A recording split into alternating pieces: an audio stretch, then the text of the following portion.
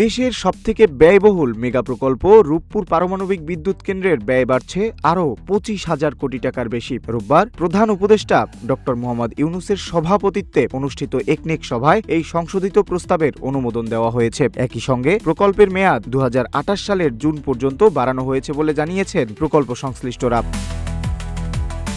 পাবনার রূপপুরে নির্মাণাধীন দেশের প্রথম পারমাণবিক বিদ্যুৎ কেন্দ্রের মূল বাজেট থেকে ব্যয় বাড়ছে আরও 25,592 কোটি টাকা। এর আগে প্রকল্পের মোট ব্যয় ধরা ছিল 1,13,092 কোটি টাকা। কিউব হোল্ডিংসের গল্পে সেই রেখাটি আঁকা হয়েছিল আজ থেকে 1 যুগ আগে। নকশাই আমাদের ভাষা। কিউব হোল্ডিংস লিমিটেড, যা এখন সংশোধিত হয়ে দাঁড়িয়েছে 1,38,685 কোটি টাকায়। প্রকল্পের এই বর্ধিত ব্যয়ের পুরো অর্থই আসবে প্রকল্প ঋণ থেকে। সভায় সরকারি অর্থায়নের পরিমাণ আগের চেয়ে 166 কোটি টাকা কমিয়ে 21,886 কোটি টাকা নির্ধারণ করা হয়েছে। বাকি টাকা রাশিয়ার দেওয়া ঋণ থেকে মেটানো হবে বলে জানিয়েছেন সংশ্লিষ্টরা।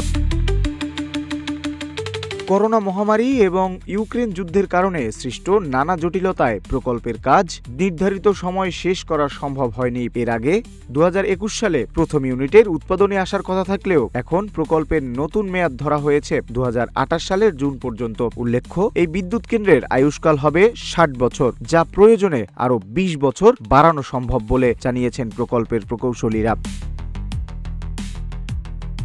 বিশাল এই ব্যয় বৃদ্ধির মাধ্যমে রূপপুর প্রকল্প বাস্তবায়নের পথ আরও সুগম হলেও সময় মতো কাজ শেষ করা এবং ঋণের বোঝা দক্ষতার সাথে ব্যবস্থাপনা করাই এখন বড় চ্যালেঞ্জ।